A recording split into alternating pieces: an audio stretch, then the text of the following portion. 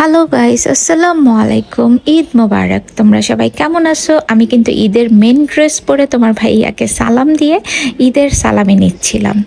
তো সবাইকে তো সকালেই সালামি দেওয়া হয়ে গেছে। পরে আমি বলেছিলাম যে না, আমি ঈদের মেন ড্রেস পরে তারপরে তোমার কাছ থেকে সালামি নিব। তা আমি এবার একটু মজা করতেছিলাম। তারপরে আমরা চলে এসেছিলাম ধানমন্ডি লেকে। তো লেকে আসার পর দেখতেছি এখানে অনেক গ্যাদারিং। তো আমার ছোট বাচ্চাটা বলতেছে, আম্মু আমি একটু চা খাবো। তো ঠিক আছে, সেই জন্য আমাদেরও চা খেতে মন চাচ্ছিল। আমরা এখানে চলে আসলাম। এখানে এসে দেখি সিরিয়াল, তারপরে আমরা সিরিয়াল দিয়ে চা নিয়ে নিলাম।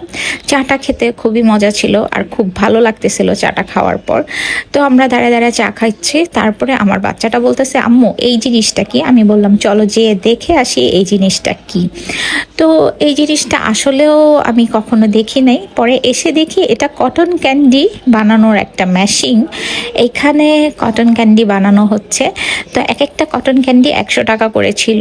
তো দেখে খুব মজা লাগছে। তারপরে আমরা চলে গিয়েছিলাম ইউনিমার্টের শেফ টেবিলে। এখানে এসে দেখি অনেক লম্বা লাইন লিফটের জন্য। তারপরে আমরা চলে আসছি শেফ টেবিলে। এখানে আসার পর দেখি এখানে অনেক খেলার জায়গা আছে বাচ্চাদের।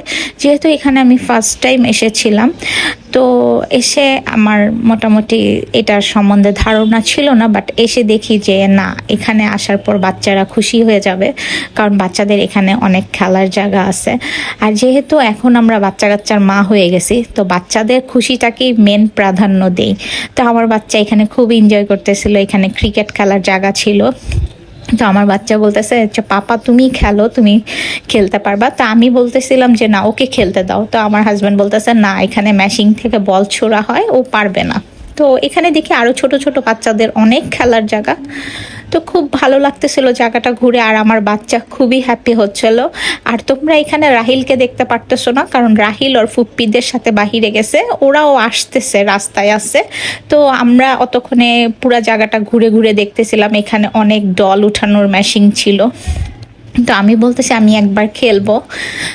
তো সেই জন্য কয়েন নিয়েছিলাম। এক একটা মানে 2টা কয়েন 100 টাকা করে ছিল। তারপর কয়েনগুলা প্রেস করে দিল আমার ছোট ছেলে। তো দেওয়ার পরে আমি ওয়েট করতেছি যে আমি খেলবো।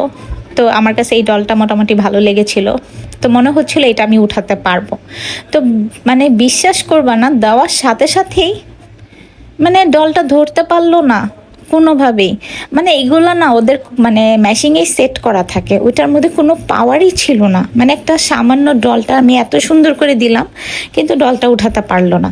তো আমি বলতেছিলাম যে না, এখানে 3বার চান্স দেওয়া দরকার ছিল।